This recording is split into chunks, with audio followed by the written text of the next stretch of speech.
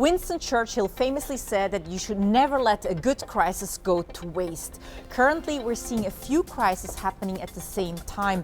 Some institutions, such as private banks, have endured many crises in the past. So how did they deal with them and even prosper? Welcome to Finance.Swiss. I'm Tanja König, and to find an answer to that question, I'm speaking with Grégoire Bordier here in Geneva. He's the managing partner with unlimited personal liabilities of Bordier & Company.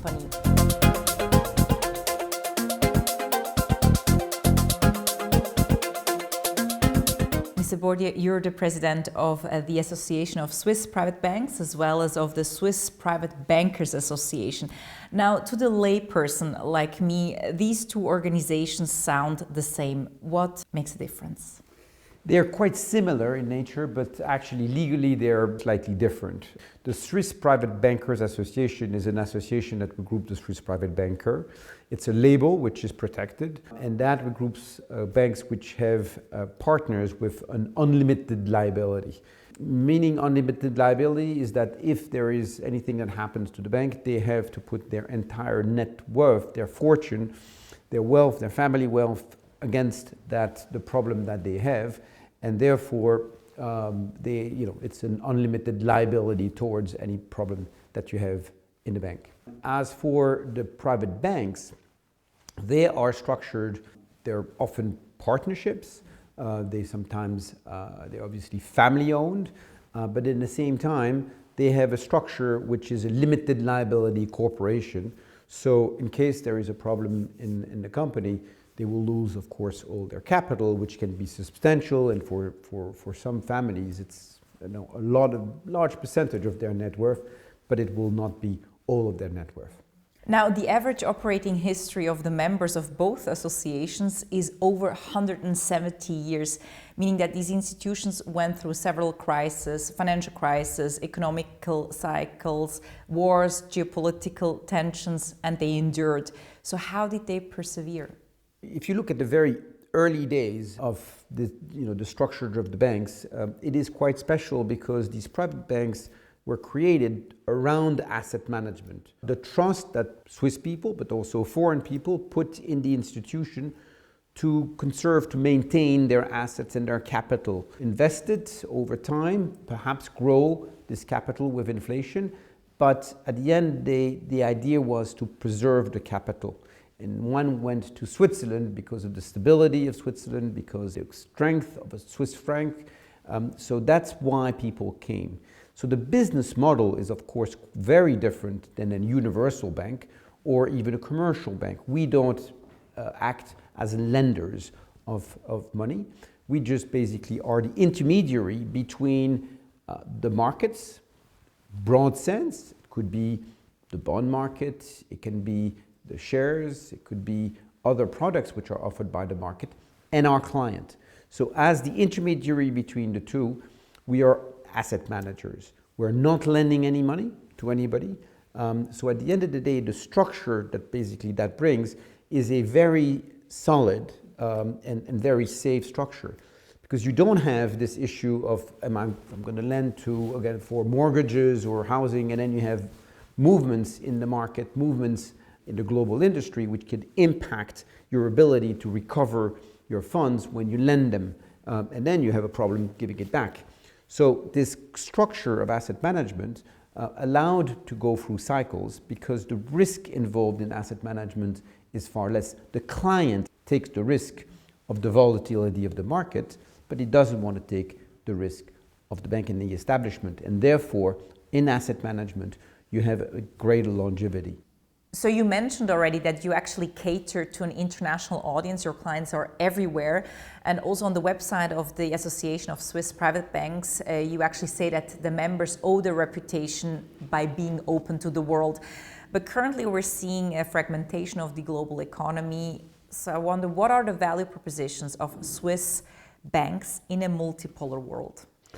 The multipolar world, by definition, as you can imagine, creates some tensions amongst countries, and these tensions create insecurity.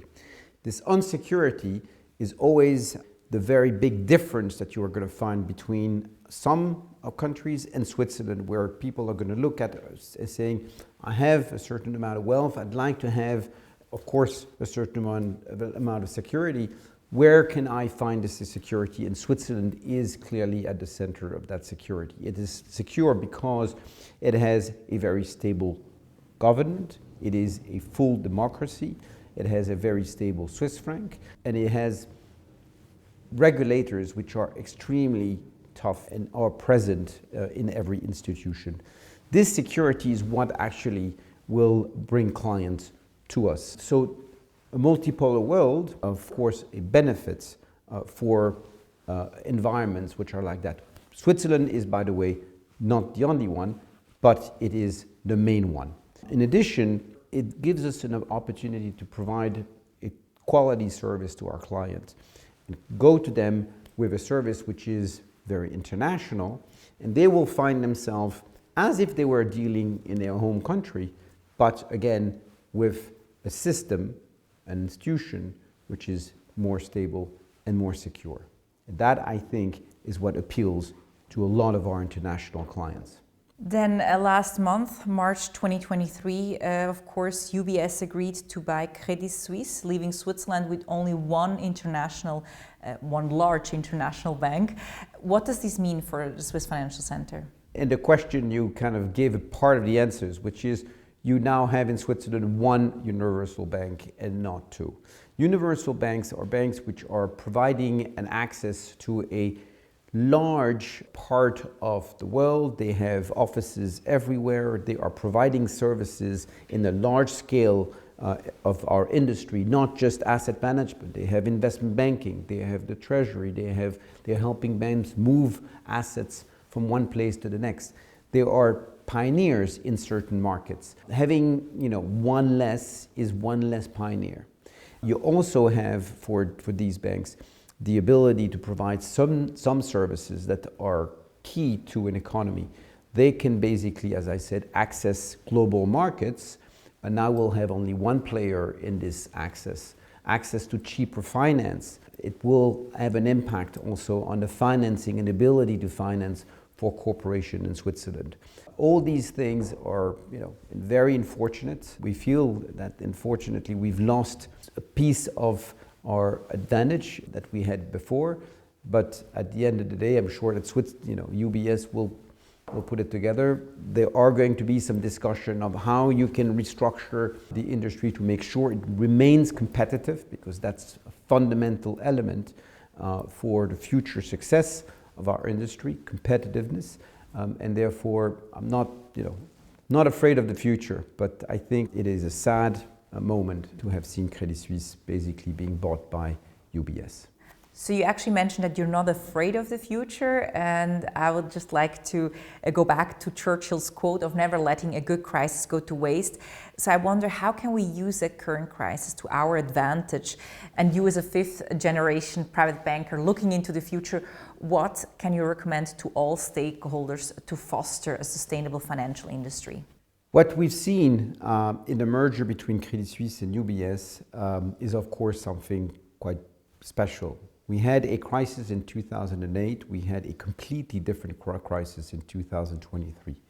We'll have an opportunity here to go back and really ponder about what actually are the reasons for these crises. We now can say reasons, not just reason, but there are probably other things that can happen to large universal bank. We'll have to take that into consideration. We'll have to really think about what are the steps that are needed to protect a financial industry against that.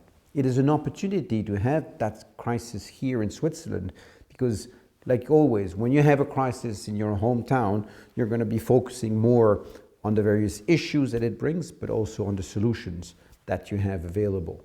So the idea, I hope it will come to fruit, is that they need to find solutions to better surround these universal banks. These ideas will certainly be shared to other countries. I don't know if they will pick some of the ideas that we'll bring together, but for the Swiss financial industry, it will really be an opportunity to strengthen our position. And that combined with, again, the dynamics of our industry, which are very positive, I think will allow us to have an even stronger financial industry in Switzerland in the future. Well, Mr. Bordier, thank you very much for your insights. Thank you very much for taking the time.